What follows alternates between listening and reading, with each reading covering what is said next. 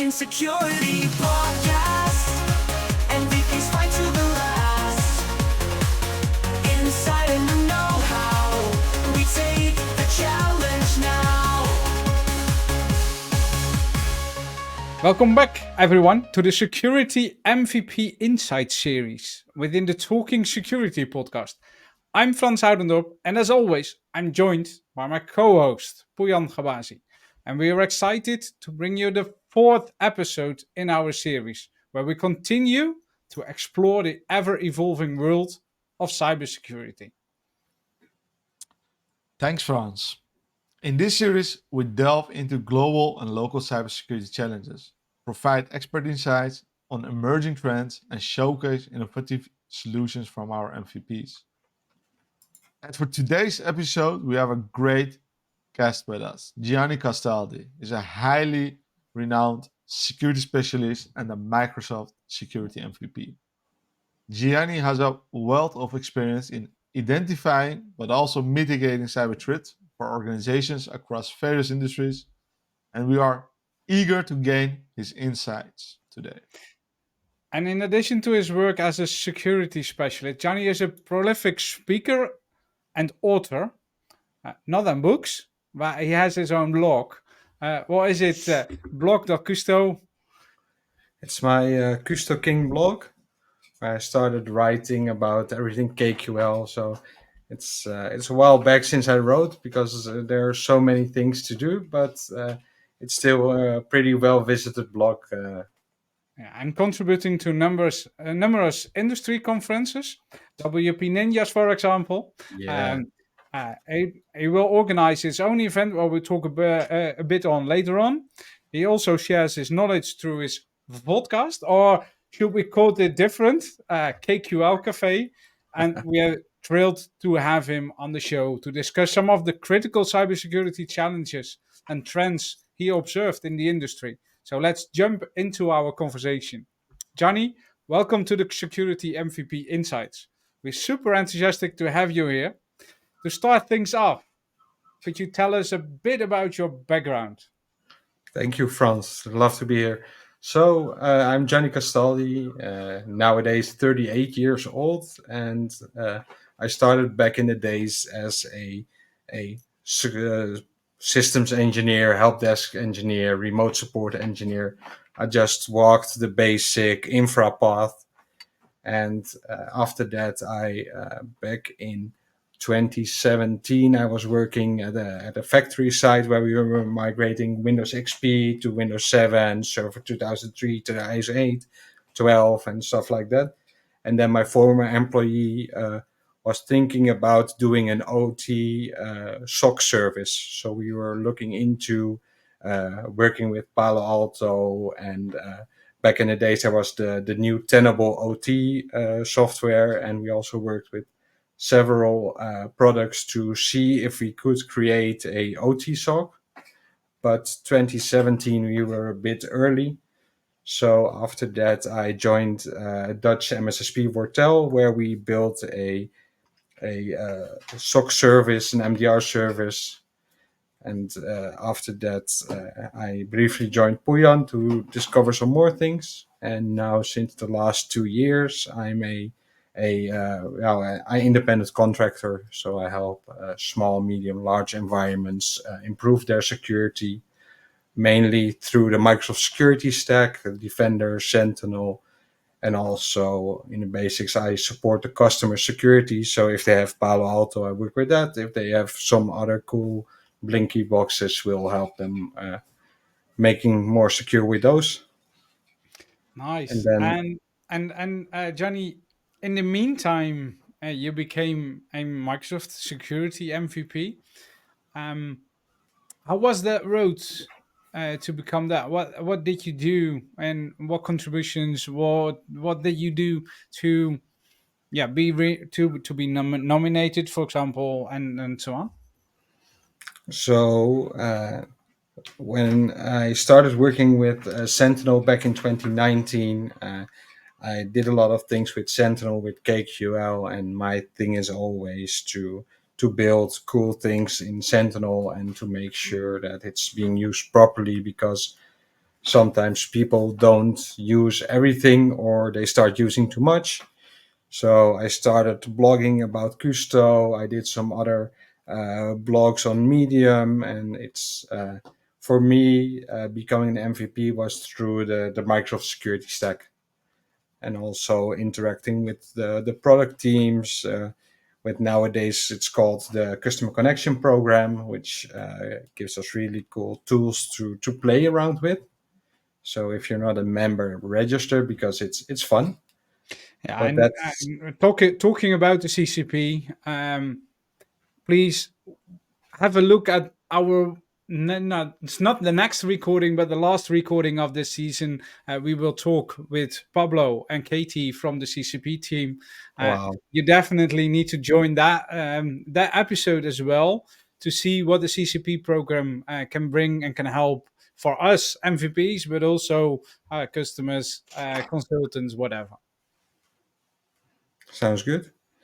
Yeah. So So yeah. with that, Gianni, I mean, you have been really you made the journey from what you see these days a lot from the integrator to the security experts, and I think it's a really great because you have a great understanding, and of course everybody knows you these days for mainly for your Keiko expertise these days. But besides that, what are your primary areas of expertise that you are really focusing on in the realm of Microsoft technology and cybersecurity these days? I think still my main focus is Sentinel and Defender.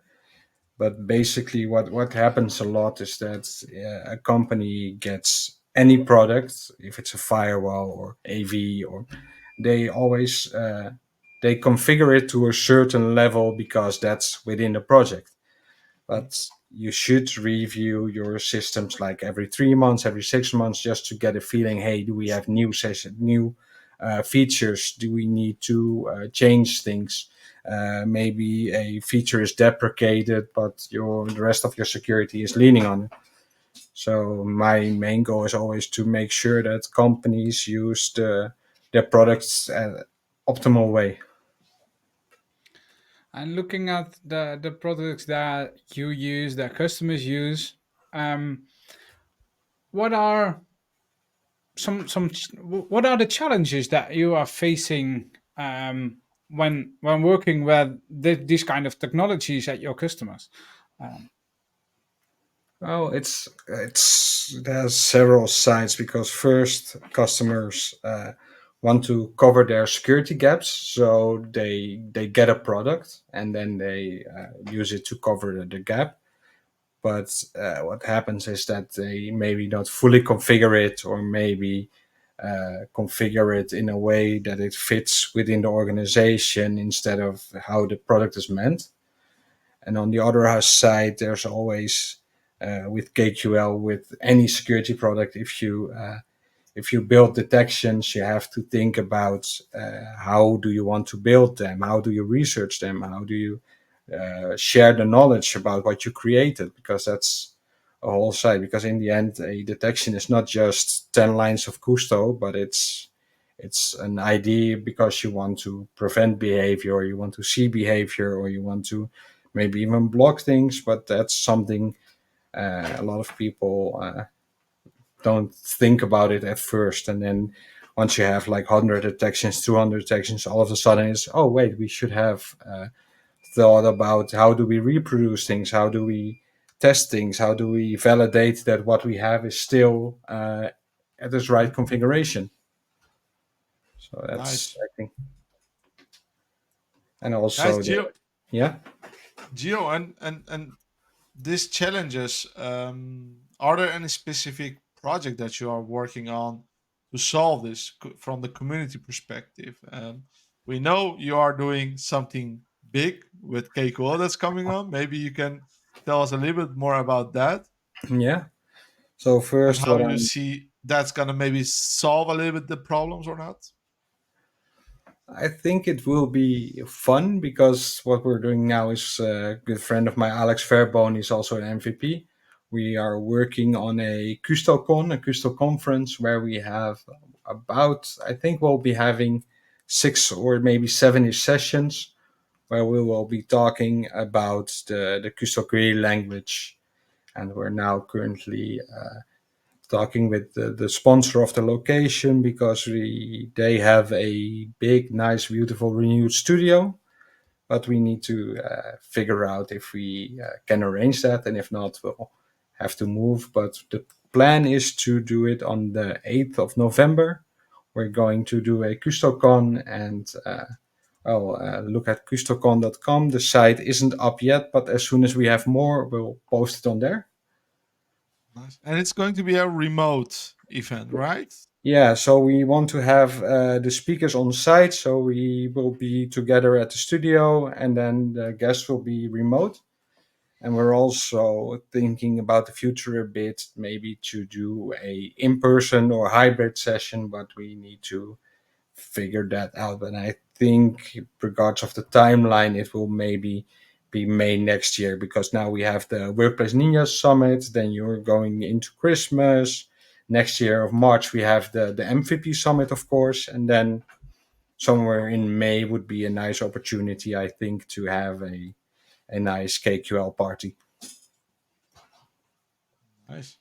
Looking really forward to it. I think Keiko is Rod said it once, and I think you loved that, but I didn't like it that much. Keiko is the new PowerShell.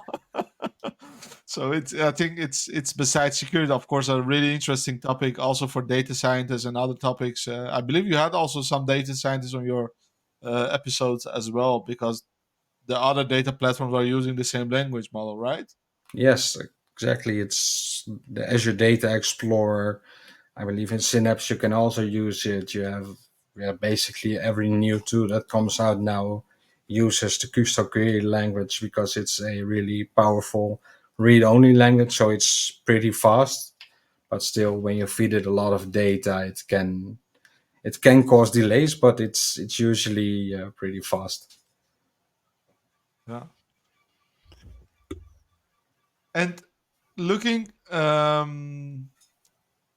little bit back from the Custo query, maybe, and looking around to the cybersecurity ecosystem these days, what's in your opinion the biggest cybersecurity challenges that we are facing on a global scale, maybe, but also on the local scale as well? I think it's two ways, because one, there is a lot happening always. There's a lot of new products, new tools, new exploits, there's a lot of things happening which security people need to get up and need to know and need to cover. And on the other hand, the older people, well, older like me, we have a background. Frans. So we have a background in IT. I was a system engineer. I did AD. I did all the things. You had separate IAM teams. You had exchange teams. So everyone has a special expertise. And nowadays it's usually, hey, we set up an Entra ID, we connect our devices, we do autopilot, and all of a sudden there's this everything. But people don't get the chance to discover the technology because there's happening too much. And I think also with all the ideas of automating and with AI, I think people will miss the opportunity to grind on knowledge on how things work, because in the end, every tool, every executable, every vector, you can dive deep for months in something to learn how things work. And I think we're missing that opportunity now because it's just too much. Yeah, it's fun that you're talking about knowledge, because this is one of the conversations that we had last year on different conferences, not only at the WP Ninjas but also on Experts Live and other conferences with trainers and with some old, some older guys, so to say. That the background that we have as a system admin and managing AD, Exchange, all the on-prem stuff, that helps definitely to understand cloud services that Microsoft, Google, AWS, that every cloud provider is delivering. And so we know because we have managed that on-prem stuff years ago, so we know how it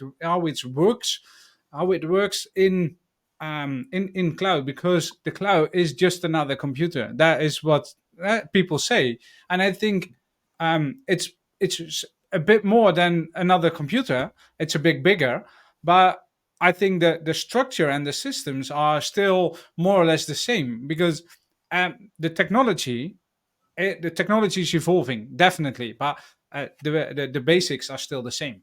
And I think if you know what the basics are, then you can understand what Microsoft is doing, what Amazon is doing on their cloud systems. Yes, I totally agree with that, and it's fun that you bring that on the table. Um, Talking about regulations, um, looking at we're based in the Netherlands. Do we have some specific challenges, regulations that are specific for the area that where we live in? Well, there are several regulations. You have the GDPR, our own version, the AVG. There's the NIS2 now coming out. But in the end, I think it's good that the regulations are there, but I would prefer that companies just would pick a standard. There's ISO, there's 20,000, 27,000 series, but also from NIST they have a good some standards. The cybersecurity framework 2.0 is there. There are several instant response frameworks. They have a lot of frameworks, but if you just would pick one and go for that and make sure that you have thought about your processes, about how you want to do things, how you don't want to do things, how you document things, how you handle things, if you just pick a framework and adhere to it.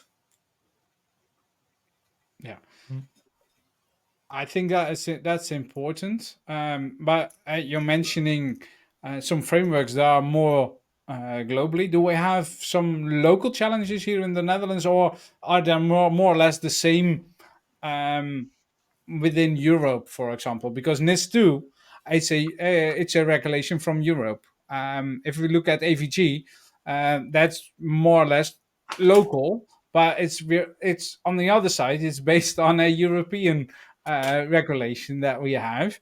Um, so in the second episode that we have, we talked with Thijs. It's from Belgium, Thijs de Comte, and Thijs was also mentioning it's not directly that we have differences between Belgium and the Netherlands.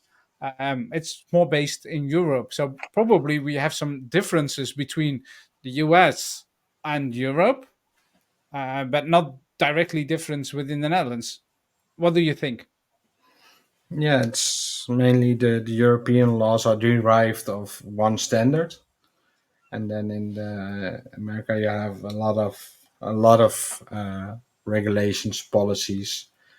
But it's also, I think, for the Netherlands. Let's see, the biggest challenge. On the other hand, how do you deal with that kind of regulations? How do you navigate through this stuff? Great question. Like I said, if I build something, if I think of policies, I prefer to think of the doing the right thing. So, for instance, I'm currently working on an application, and from the application side, I thought, hey, if someone leaves my product, then I want to make sure that I'm able to delete the data. If someone is asking, hey, what kind of data do you have about me? Because that's also GDPR, I want to be able to deliver it. So those kinds of things I try to think of upfront, or also, hey, if a customer leaves, then you might want to delete the data after a year. You can say, hey, following guidelines, you can keep it 2 years, maybe even 7 years. But I think if you think about how you need the data, how long you need it, then that works better. And then because in the end, the current laws and regulations, they aren't heavy. It's just common knowledge. You need to think about what you're doing. And also with the NIS2, you need to make sure that you have tested your security policies, that you have an incident response plan, that your team is aware of those things.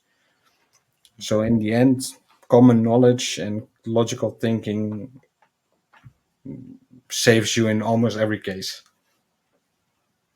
Nice. Yeah, and I think I agree with you, Gianni, because I think there's a difference. What you are trying to point out is the you got the law regulations which are more theoretical, and you have like more the public standards that are more on the technical side, how to do it then as well. And I think Yeah. that's more important to the how than, because yeah, we have some regulation that say yeah you need to have a SIM, right? But what do you do with it and how do you do with it? That's much more interesting. Definitely for us as technical guys in this podcast. And if we zoom a little bit to your current role and the work that you are doing, can you share with our listeners some examples of your recent project that you have been working on, or some security solutions or innovations you have been implementing? Um, uh, I can imagine if non NDA is breached with customers, but and what kind of impact did that make for the customer or the community that you did that for? Where to begin? So, uh, yeah, let's see. Because from one of the things which I like to talk about is detection engineering. I help customers with those. And one of the talks I'm presenting at the Workplace Ninja Summit and also at the Dutch Microsoft Security Meetup, I will be having a session about detection engineering. Because the detection engineering isn't like you don't have, when you go to school, university, you don't have like a track for detection engineering. It's getting there a bit, but it's not. So what I'm working on is based on my own research and some other research, is to combine that and make a overview. Well, how should you create detections? How should you research them? How should you document it? Because if you have an idea for a detection, then you might want to see if it's feasible or not. But even if it's not feasible, you still should document it. And there is some research about, for instance, you have the signal detection theory, which, and you have it also in biometrics. You have the FCC and the FEC, the false positive, the false negative rate, and you want to think about how your detections are affected if you maybe make a suppression for something. And if you tune your detection rules, you might miss something. And if you tune it too much, you get maybe a false negative, so that an adversary is in your environment, but your SIEM doesn't see it. And the danger with that is that for false positive, the SIEM team, the SOC team will see it. But if you have a false negative, no one sees it, but there's something happening in your environment.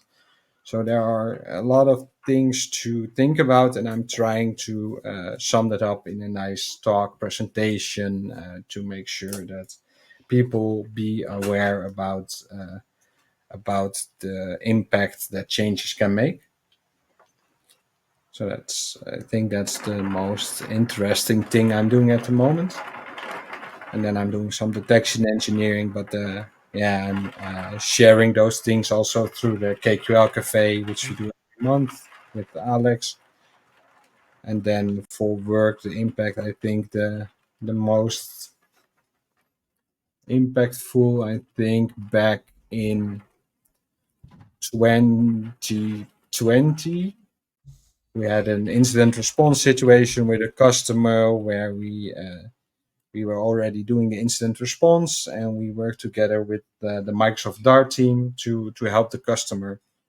But it was also good to know that what we were doing, deploying Defender, deploying Sentinel, deploying Defender for Identity, Endpoint, all the goodness, that was more or less the same starting point for the Microsoft Dart team. So that was a good thing. And yeah, they did a lot of magic in forensics because they had the tools. But it was fun to see and to help the customer and to work together with Microsoft to get the customer back on track. And Nice. talking about the rapid responses, talking about Microsoft Dart, that's helping within a rapid response stuff that is sometimes needed. If you we are kind of doing some automation nowadays, a lot of automation, and we can use KQL for that, for example. Um, Rapid response and automation. How do you approach the balance between them? Is there uh, what has a preferable above the other? What do you think? In regards of automation, I think there's the most important thing is the maturity of the environment. Because if your environment is mature, you have a low amount of alerts, and the alert quality is high because there aren't a lot of alerts because your security products are configured correctly and your security controls are up to date and everything should be nice. So if an alert triggers, then you know, hey, users can't do this by themselves. So then it would be a good time to start automating. But if you have a environment with a lot of noise, then you also get a lot of issues with your automation. So I think you should configure your environment properly and then start automating, or accept the risk that if your automation goes haywire, then you might have like 5% of your users need to reset the password. It can be possible, but then you should have your service desk or your IT team should be sufficiently staffed to handle those issues. Nice. Yeah, we had, I think, in the episode which will be released this week, with Matthias also great topic on the whole SOAR and the automation, how to respond with it. And I think that's one of the things that we agreed there as well. The quality of your detection is really crucial when it comes to that. But because indeed, what you say, if you have a not the right detection, or you have a lot of false positives and you have a lot of automation going on, and suddenly you start resetting all kind of accounts within your organization, then yeah, you have a bigger problem maybe then. So yeah, definitely true. And but do you see that also looking forward to the future as something that can impact the cybersecurity landscape? And if not, what other trends do you see in the cybersecurity landscape for the coming years? I think automation can help, but you need to think of ways that it can help. Because, for instance, if you have a SOC team which communicates a lot with users, you can automate the first contact with your end users, the first initial checks. There are a lot of ways that you can properly do a good automation without disrupting things.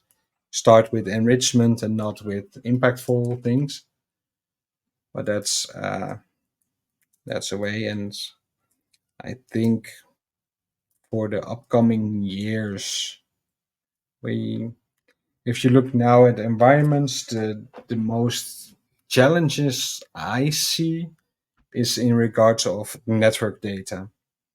When a company has Checkpoint or Palo Alto or FortiGate or whatever, if you have a good firewall, then all of a sudden there's a need also to do something with the logs.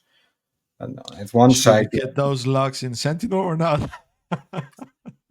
that's the question. So if you're a large enterprise, you might want to ship them all to Sentinel, but I'm not sure if that's the right thing to do, because then you have all of a sudden you have terabytes a day of logs because you have hundreds of firewalls. And also for a smaller organization, if you have three firewalls, then you can also rack up about €1,000 a day of ingestion.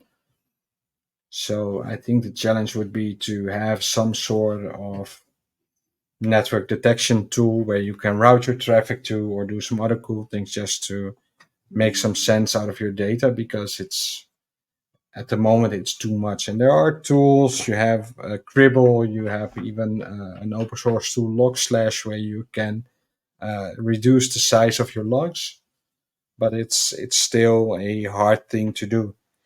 And I've spoken with a customer 2 days ago, and we had a discussion about what should we do with the logs, because back in the days when you had QRadar has a context because it knows about your network, it knows what you should be happening, and it had some nice anomaly detections. And nowadays you have to create them in Sentinel, which isn't that hard. But the problem is, which data do you want in your SIEM? Because your SIEM isn't a party for just all your data. It's not a data lake. Microsoft is working on a lot of cool features to do something with logs and with dynamic logging and all kind of cool stuff, which I hope comes in the next 6 months. But No. still, for the network, you might want to have something, because on the one side you trust your firewall vendor, you have all the AV, the wildfire, all the goodness that you secure your network with.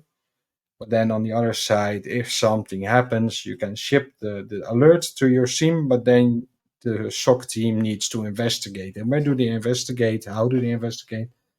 So I think that would be a nice. I would love to see the challenge solved within the next year, but who knows? Yeah, I think it's indeed a hard one because you need the data often when you are doing the investigation. But I think you see that as well, that some customers want the data to compare to their own threat intel. Then it's maybe a little bit an too expensive solution for that as well. But what I saw a while ago in a Microsoft presentation, and I think it was really great, is like they said Sentinel is not only for security. It's like you have IT operation, you have security operations, and both can, if the right agreements are made, consume the same data, but often they use it for different purposes. So I think, do you agree with that as well? That organizations and teams can share the Sentinel environment?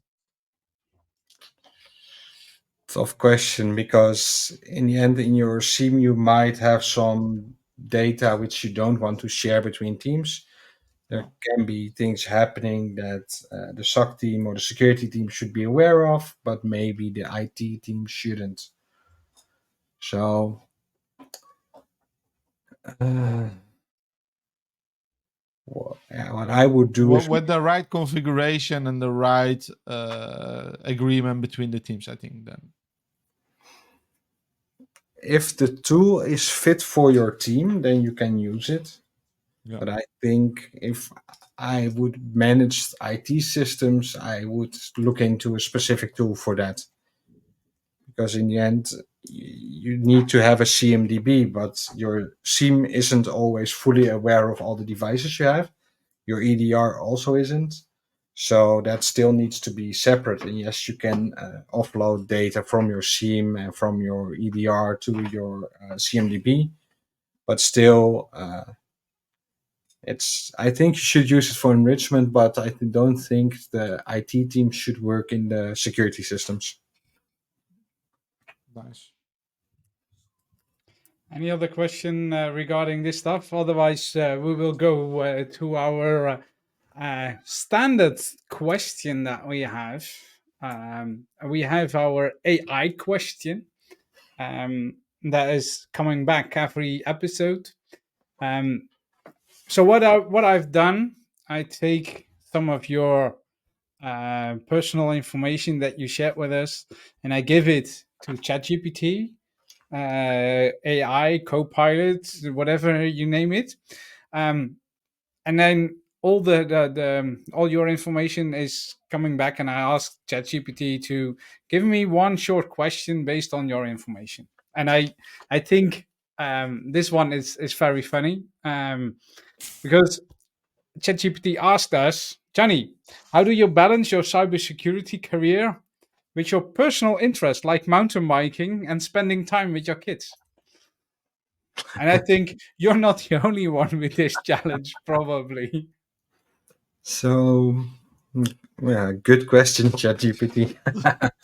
So, I think for me, what works is to have a cadence. If I do, because for the KQL Cafe, every Monday evening, I do a call with Alex to discuss our next show. And then for with the kids, or for instance, on Monday before the meeting with Alex, I go with the oldest to the swimming pool. And on Wednesdays, I go to in this case CrossFit, and on Saturdays and throughout the week, I have some plans to do some learning, to do blogging, to do whatever needed to keep up my knowledge. But as long as you keep the pace, it's good. But if you are out of sync or out of beat, then it gets tough. So for me, what works is just making the same schedule, and also sometimes it's not hard to have it tough. I think because that also keeps your mind a bit clear, because if you're just relaxing all day on the couch, it's not good for your mind. And also Sometimes, being a bit sometimes, tough on sometimes it yourself. is. Yeah, sometimes it's fine, but also if you look at the oldest people in Europe, it's a small town in Italy, and the people get old because they have a tough life. They When they go to the store, they have to climb the mountain. They have to walk with their groceries back of the mountain. They have to walk all about because nothing is nearby. That's Yeah. because you challenge yourself and your body that people get older. So challenging yourself is good, but you don't have to run in the wall, because I think in the end everyone has that experience at least once in their career. If you want everything at the same time, then you crash into the wall and then you have to recover a bit. So I think the main thing is just find the right cadence for yourself. Don't overrun, and it's also okay to leave things for a week or two. It's not. Yeah, there's more than just IT security. There's Yeah, life outside of security. yeah, definitely, definitely. And But to add on that, I think the people in Italy also have a great food. So that helps a lot. I mean, if I would have that kind of quality food every day, then I would become old as well. Uh, uh, I think we can both agree with that, Pouyan, because Johnny, all three of us are based in the Netherlands, and Johnny has realized some food in the past for us, so that was quite good. Yeah. Thanks for that. Um, Going back and going forward to finish this recording a bit up. Um, Talking about community collaboration, how important is that in the field of cybersecurity for you? And maybe you can share some experience where that makes a significant difference.